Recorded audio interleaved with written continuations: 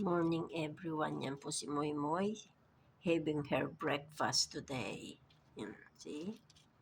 So slowly, Moy, she's so hungry. Yan po ang gawa ni Moy Moy.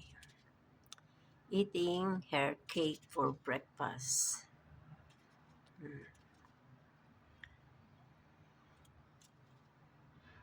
Yan po. Eating. Yummy? Is it yummy? It's yummy?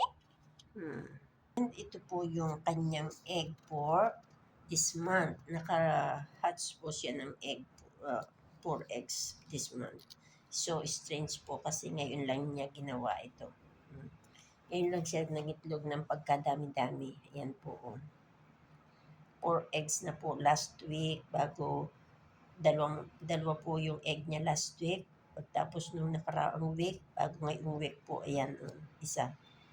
Kaya naka-4 na po akong egg for this month. Thank you for watching.